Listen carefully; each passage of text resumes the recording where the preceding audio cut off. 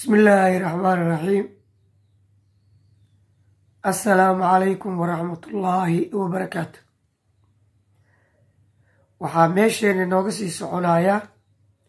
cashiradeenii taxanaha ahaa ee ku saabsanaa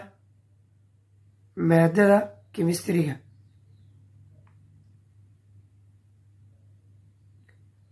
waxaana sida caadiga ah noo soo jeedin doona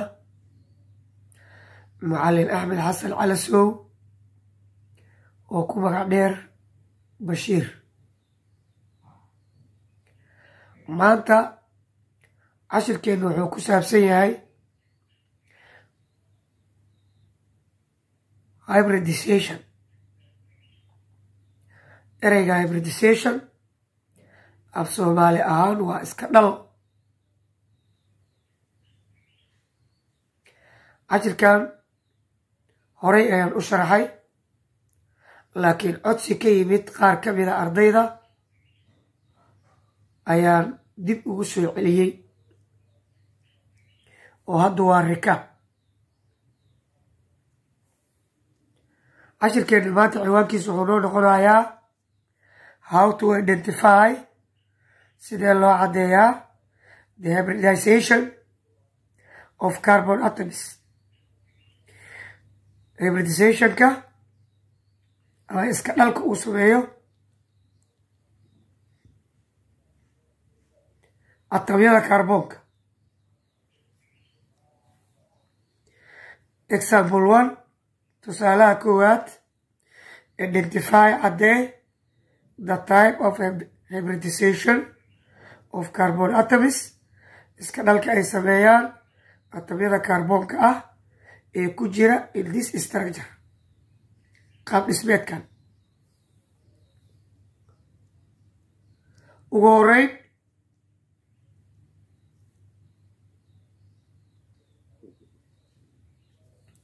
qaab dhismeedkan wuxuu u qoran yahay condensed structure.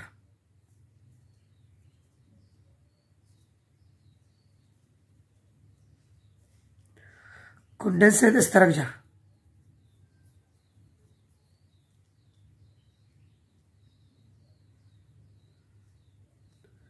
waxaan u qoraynaa display or expanded or full structural. macnaha waa ballaarinaynaa. kaarboonkan waxaa ku dhegan 2 hydrogen, kan waxaa ku dhegan 1 hydrogen, kan waxaa ku dhegan 3 hydrogen. kaarboon walba hydrogenada ku jira ayaan ku dhejinaynaa, waa ballaarinaynaa. markaan sidaas sameyno waxaan isticmaalaynaa xeerarka soo socda. structurekii aan u qorno full structural.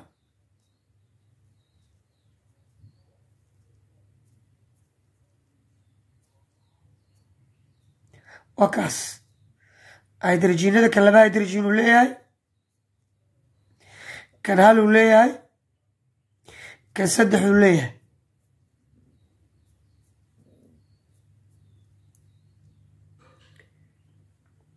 structurekan waxaa loo yaqaanaa expanded structure or displayed structure or full structural formula. hadda si aan u soo saarno 3dan carbon hybridizationkooda nooca uu yahay, aan isticmaalno xeerarka soo socda. marka halkaan rules aan ku dhiganaynaa xeerar.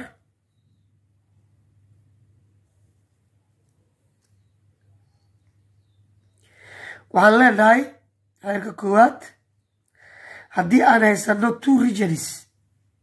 2 gobol, hybridizationkeenu wuxuu noqonayaa SB.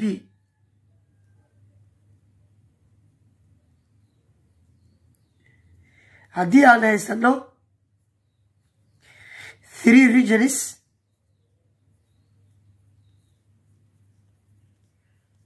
saddex gobol wuxuu noo noqon doonaa SB square ama SB2 haddii aan haysano 4 regions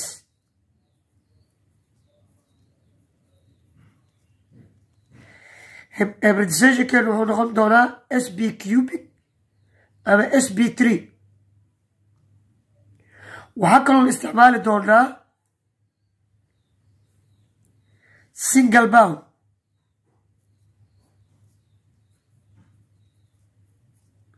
inuu noo noqonayo 1 region hal gobol inaan u qaadanayno double bound inaan asagana u qaadanayno 1 region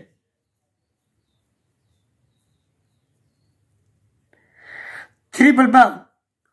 asagana inaan u qaadanayno 1 region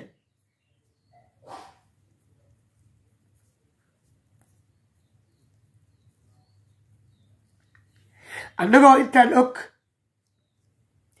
intaas annagoo og aan kor u qaado wax yar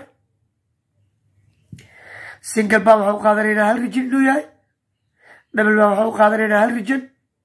triple bound waxaan u qaadanaynaa hal region 2 regions waxaan u qaadanaynaa SB 3 regions waxaan u qaadanaynaa SB square ama SB2 4 regions waxaan u qaadanaynaa SB cubic ama SB3 aan halkaan tagno kaarboon walba inta bound ee ku wareegsan annagoo adeegsanayna sharcigan iyo kan aan samayno hybridizationkiisa waayo kaarboonkan meeqa gobol how many regions are there in this carbon imise region imise gobol ayaa ku wareegsan halkan single bound u qaado 1 region hal region waa single bound kan kale waa hal region halkan double bound ka taala waa hal region meeshaan waxaa leystaa 1 2 3 regions 3 regions maxay noo noqonayaan dhacday SB2 ama SB square kan waa SB2 kaarboonkan kale asagana kaarboonkan iyo kaarboonkan double boundkan way wadaagaan way wada tirsanayaan inta waa hal region inta waa region labaad intana waa region saddexaad saddex region wuxuu noo noqonayaa sida kan oo kale SB square ama SB2 ardayow haddaan si kale u sheego haddii aad aragto laba kaarboon oo u dhaxeeyo dabar labaad ama double bound labada kaarboon ee u dhaxeeya double boundka labadaba waxay noqonayaan SB2 iyo SB2 waa qaab kale oo lagu ogaan karo iska dhalka uu kaarboonku sameeyo ama hybridization waxaa ugu dambeeya kaarboonkan saddexaad single boundkan wuxuu la wadaagaa kaarboonkan therefore isagana wuu xisaabsanayaa waa 1 region hal gobol gobol labaad gobol saddexaad iyo gobol afraad afar gobol aan haystaa 4 regions muxuu noo noqonaa SB cubic ama SB3 ardayow qaabkaas ayaan uga shaqaynay kaarboon walba hybridizationkiisa waaya exampleka labaad examplekeena labaad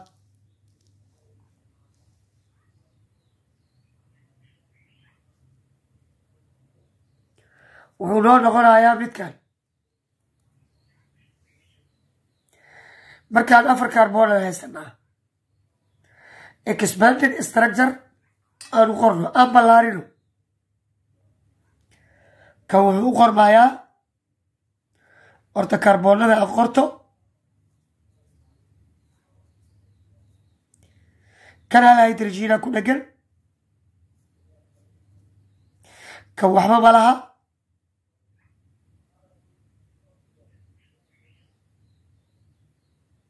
okay kan labaa ku dhegan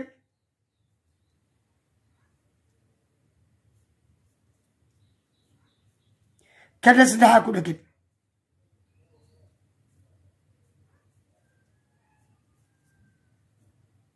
wakaas hadda mid walbaba aan xisaabino gobollada ku wareegsan kaarboonkan inta waa single bound intana waa triple bound laba gobolaa ku wareegsan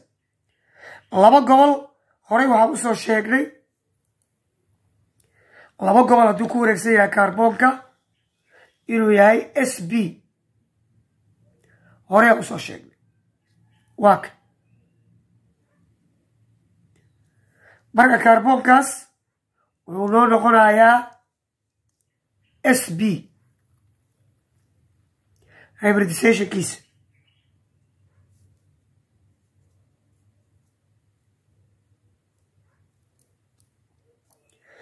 kaarboonkan inta triple bound ka yaalo kanuu la xisaabsanaa intana single bound laba gobol kanuu la mid yahay waa SB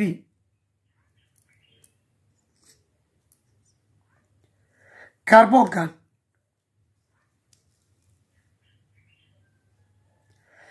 gobolkan kanuu la wadaagaa single boundkan 1 2 3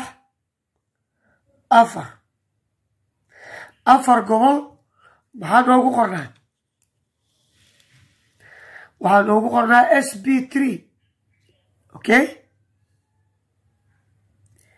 marka kaas hybridizationkiis wuxuu noqonayaa maadaama uu leeyahay 4 regions SB3 ama SB cubic midkaan ugu dambeeya 1 kanuu la wadaagaa single boundkan 2 3 4 afar gobol asagana waa SB cubic ama SB3 qaabkaas ayaa loo xaliyaa ama looga shaqeeyaa hybridizationka uu sameeyo curyaha loo yaqaano kaarboonka markii uu ku jiro compound structure cashirkeennii maanta oo aan ku soo qaadanay how to identify the hybridization of carbon atoms intaasuu noogu egyahay haddii aad tahay saaxiib nagu cusub fadlan subscribe like saaxiibadaan usii sheergaree qaabka cashirkan uu ku leeyahayna commenti ka soo bixi haddii aad tahay ama aad ka mid tahay asxaabtii nala joogtayna ee horay subscriberiska u ahayna fadlan like-ta badi sheertana badi asxaabtaada marka aad ka faa'iidaysato usii sheergaree gambaleelkana furo si casharada cusub ay kuugu soo dhacaan commentina ka bixi oo wixii su-aalo ah commentiga iigu soo qor assalaamu calaykum waraxmatullaahi wabarakaatu